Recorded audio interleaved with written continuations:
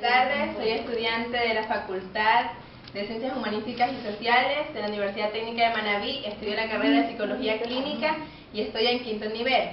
Mi nombre es María Alejandra Santos Alfaro. Bueno, en la materia de Desarrollo del Pensamiento, que es virtual, nos han mandado a realizar un proyecto, el cual trata de hablar acerca del tema que es el pensamiento analítico.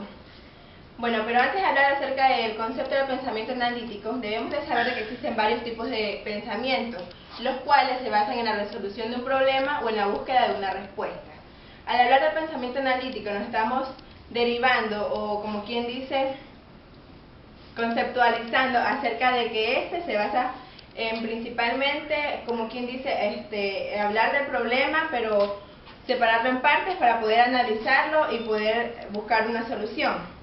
Se dice que este tipo de pensamiento es el que más utilizamos. Por lo general se lo utiliza de manera automática y lo realizamos para resolver problemas. Se dice que este de aquí busca plantear, resolver problemas y tomar decisiones.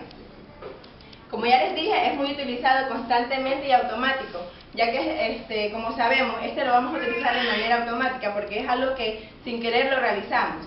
Si tenemos un problema, lo primero que vamos a hacer es pensar en buscar soluciones y poder escoger la alternativa adecuada para poder, como quien dice, resolverlo. Se dice que existen varias características. Entre estas, las principales son que este tipo de pensamiento es ordenado, es decir, que tiene que llevar una secuencia, no puede ir de manera arbitraria o de manera que ésta vaya a alternar o vaya a, como quien dice, interferir de una manera negativa al resolver el problema. Es importante saber que va de lo general a lo particular, es decir, de lo macro a lo micro. Es decir, si tenemos un problema, lo vamos a dividir en partes para poder analizar cada una de ellas, sintetizarlas y poder buscar la solución adecuada para el problema que necesitamos resolver. Bueno, es importante también conocer que existen otras tres características puntuales, como es que este tipo de pensamiento es lineal, convergente y a la vez analítico. Si hablamos en la parte que es lineal, es porque sigue una secuencia establecida. Podríamos decir que esta característica tiene una relación con el ser ordenado, es decir, que tiene una secuencia establecida para que el proceso no vaya como quien dice, alterar. Al hablar de convergente es porque este tipo de pensamiento va orientado a una solución, es decir, tenemos un problema, lo que tenemos que hacer es resolverlo, no dejarlo allí inconcluso, sino buscar la solución y buscar la respuesta al problema. Y al hablar de analítico podemos decir que como ya lo mencionamos anteriormente, analiza las partes del problema, es decir, lo divide en partes más pequeñas para poder analizarlo y poder buscar la solución a Es importante saber que de aquí nos permite ganar coherencia, orden, claridad y precisión, pero para poder llegar a esto es necesario que conozcamos el pensamiento analítico. Es muy importante para el conocimiento, ya que a raíz de como actúa de una manera automática, vamos a adquirir un aprendizaje y podríamos aplicarlo en nuestra vida diaria. Es decir, que todo ser humano lo utiliza de manera automática, es algo indispensable y el cual lo podemos utilizar en cualquier momento, cualquier instancia de nuestra vida. Ya, también debemos dejar en claro lo que son las funciones del pensamiento analítico. Al hablar de las funciones del pensamiento analítico, tenemos que se basa en la resolución de problemas, es decir, que para poder resolver un problema, lo primero que se debe hacer es, como quien dice, formular hipótesis. Es decir, yo voy a resolver un problema, pero para poder resolverlo, tengo que hacer, como quien dice, suposiciones acerca de cómo poder resolverlo. De aquí también hace un replanteamiento o reformulación del problema. Es decir, tenemos que tener en claro el problema que vamos a resolver. Ya, de aquí también, al resolver este problema vamos a adquirir aprendizaje de nuevas estrategias. Es decir, cuando resolvemos un problema, ya al tener otro problema, se nos haría de una forma más fácil de poder resolverlo, más aún si tiene relación con algún problema que ya hemos resuelto anteriormente. En cuanto a la toma de decisiones, es importante la recopilación de información. Además, de aquí también se puede basar en el análisis de la situación actual. Es decir, tenemos el problema y analizamos la situación en la que nos encontramos. Es decir, analizamos cada una de sus partes para poder sintetizarlas y comprenderlas. Se dice que de aquí trata de concientizar también los procesos. concientiza procesos cognitivos, metacognitivos, actitudinales y asociados a través de pensar por sí mismos. Es decir, nosotros al resolver el problema vamos a pensar y lo vamos a resolver por nosotros mismos. No necesariamente tenemos que buscar a otras personas a que nos ayuden, sino que nosotros mismos, por nuestras capacidades y habilidades que tenemos, es decir, nosotros nos caracterizamos por conocimientos, como quien dice, pensamientos, y podemos ponerlas en práctica. Además, el ser humano está derivado de lo que es también la observación. A través de la observación podemos, como quien dice, mirar detenidamente el problema y poder así buscar las alternativas para poder darle la respuesta a este.